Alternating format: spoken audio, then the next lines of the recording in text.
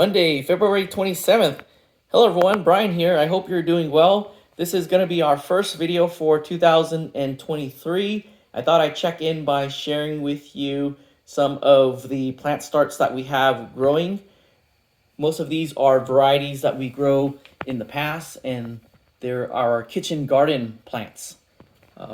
In the back, we have different varieties of peppers, and we're using the different colors of the pots to help us identify the plants. It's coated with a spreadsheet that labels what they are. That saves us some time in terms of having to individually label each of these plants. One thing that we switched up this year, each year we're just tweaking how we grow things based on the equipment that we have, based on the knowledge we've gained, and some of the goals that we are trying to achieve. So for this year, we pushed back the sowing of peppers from December to January. And then when it comes to tomatoes, we're continuing on a succession harvest of them, especially here in Southern California, where we have a very long growing season.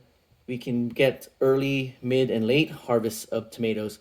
So we've identified what I call early tomatoes, and these tend to be varieties that are smaller to medium size.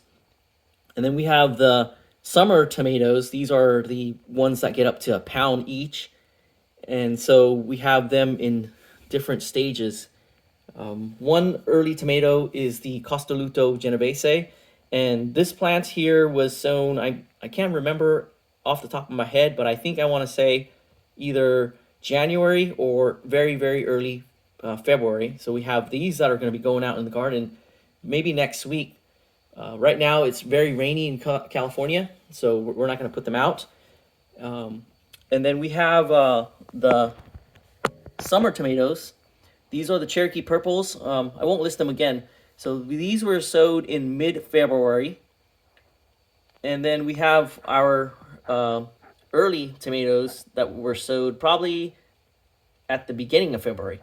So these are, once again, your smaller varieties like Principe Borghese. What's another one? The Costoluto Genovese. And there's a pink color one. I can't think of what that one is right now. Maybe that's a Black Prince. But anyways, you can see the different stages of our tomato plants. The other one I really like for summertime is the, what is this? San Marzano, and also some of the Blue Beach tomatoes. Those are the really big ones. We also have brassicas that we always are succession sowing. So brassicas are your leafy greens. Some make heads like the broccolis, cauliflowers. We're trying to sneak in another round of cauliflowers before it gets too warm. But in Southern California, I found that we can grow broccoli year-round, so we always have replacement plants for the ones that are declining. And then this is the Chinese cabbage. The variety is 1 kilo slow bolt. We grew a really nice one recently, so we have some that are ready to go to transplant. Chinese cabbage, another famous synonymous name for Chinese cabbage is Napa cabbage. So when it comes to growing these transplants, it's really important to make sure they don't get root bound. With experience, you kind of know what size they'll get for each variety before it's time to either transplant them or up pot them. And this Eastern Magic broccoli is ready to go into the garden because of its size. We know it grows about this size before the root starts to poke out. Another way to confirm is to check the bottom, and if you see some white roots starting to poke out, that means it's time to transplant them. If you let them get root bound, it's kind of it hinders them because it doesn't allow the roots to spread out and get the nutrients that they need, especially brassicas like cauliflower and broccoli. They really need to be able to spread their roots. With tomatoes, it's a little bit more forgiving because if you bury the plant deep, the roots will grow from there and establish itself. Same thing for peppers, kind of.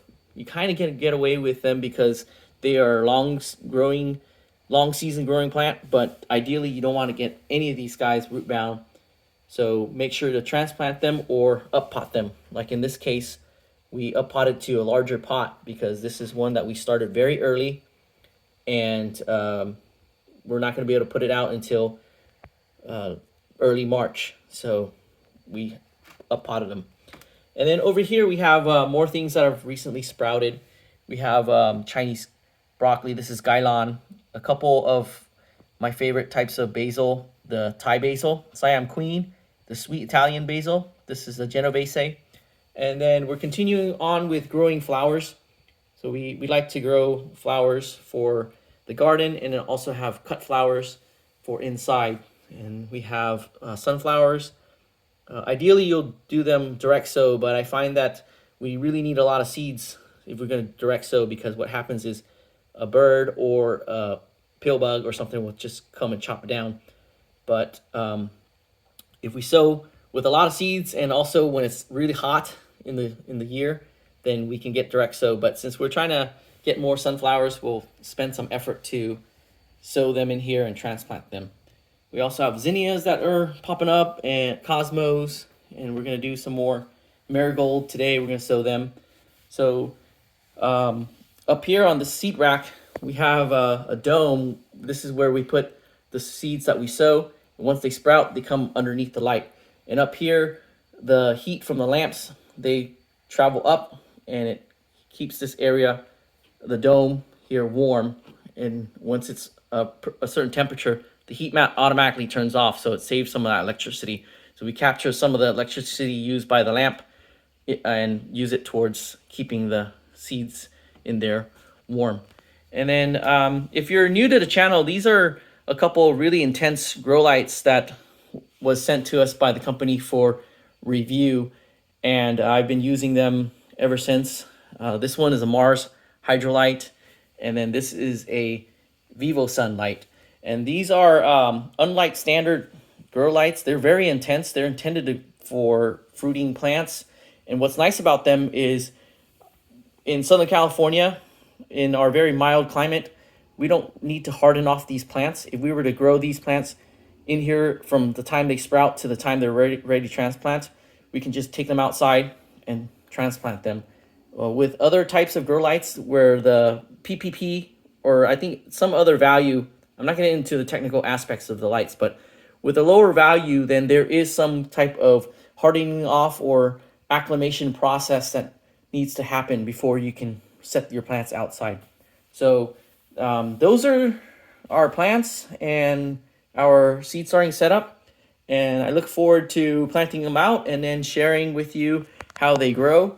This year I really have high expectations for growing a lot of the anahiem type of peppers, so we have them back there, and I want to be able to have enough to share them this year. Last year we had a lot. We, as you know, that's one of my favorite types of peppers to grow.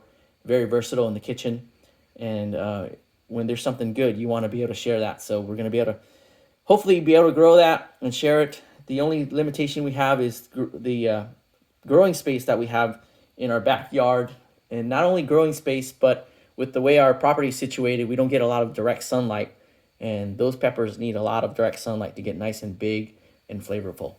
So that's going to conclude our check-in video, and I hope to keep the updates regular and share with you how things progress this year. And until the next video, thank you always for watching. I hope you continue to do well, and I'll see you in the next one. Have a wonderful day.